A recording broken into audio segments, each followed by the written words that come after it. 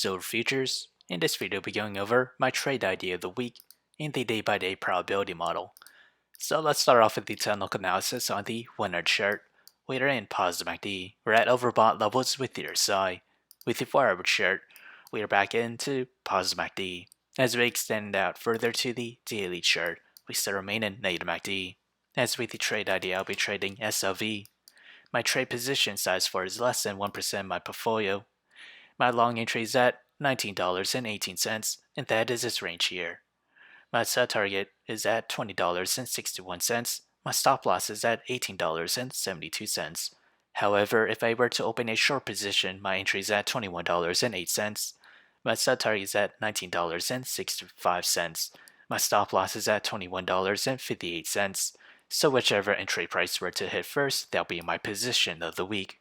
So how did I develop these trade ideas? It all comes from the day-by-day probability model. As we progress to the 5th day or week of trading, silver futures has a 25% chance to climb between 0 to 5%, a 25% chance to climb between 5 to 9%. To the downside, it has a 50% chance to fall between 0 to negative 5%. So if you enjoyed this content, feel free to like, comment, subscribe, and thank you for watching.